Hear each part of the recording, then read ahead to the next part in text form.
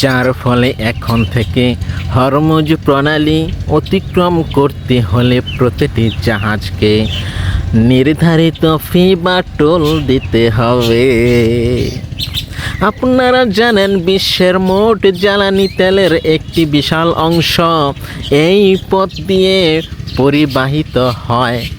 ইরানের এই সিদ্ধান্ত আপনারা জানেন বিশ্বের মোট জ্বালানি তেলের একটি বিশাল অংশ পরিবাহিত হয়।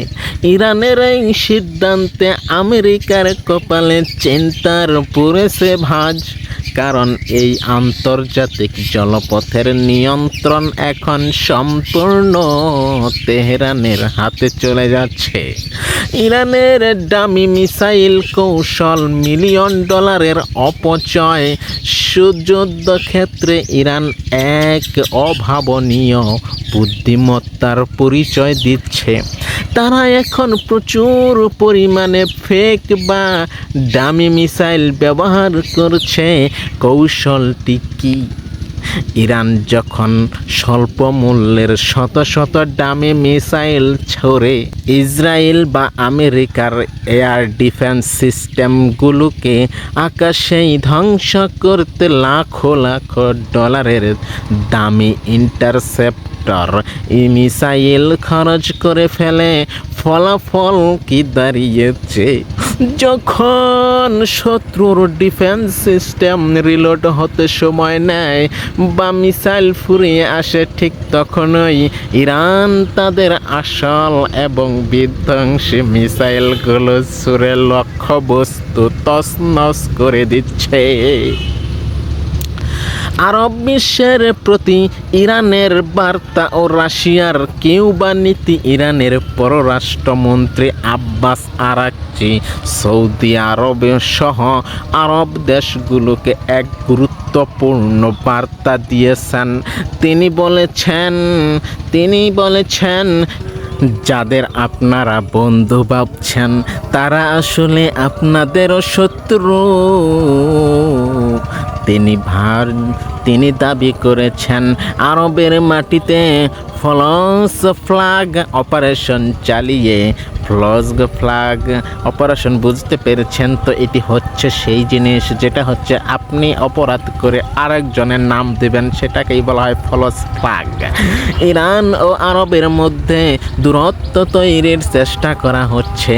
মার্কিন পার্লামেন্টের আলোচনা থেকেও ইঙ্গিত মিলেছে যে যুদ্ধের খরচ শেষ পর্যন্ত আরব দেশগুলোকেও বহন করতে হতে পারে। এদিকে আমেরিকার নিষেধাজ্ঞাকে বৃদ্ধাঙ্গুলি দেখিয়ে রাশিয়ার প্রেসিডেন্ট ভ্লাদিমির পুতিন কিউবার দিকে সাহায্যের হাত বাড়িয়ে দিয়েছেন। জ্বালানি সংকটে কিউবার হাসপাতাল ও জরুরি সেবা যখন বন্ধের পথে, তখন রাশিয়া বিশাল তেলের ট্যাঙ্কার পাঠিয়েছে কিউবায় নিরাপত্তার জন্য। এই জাহাজের সাথে রুশ সেনা দলগুলো মোতায়েন করা হয়েছে। সিসিটিভি হ্যাক ও আগামীর বিশ্ব সাইবার যুদ্ধেও ইরান চমক দেখাচ্ছে।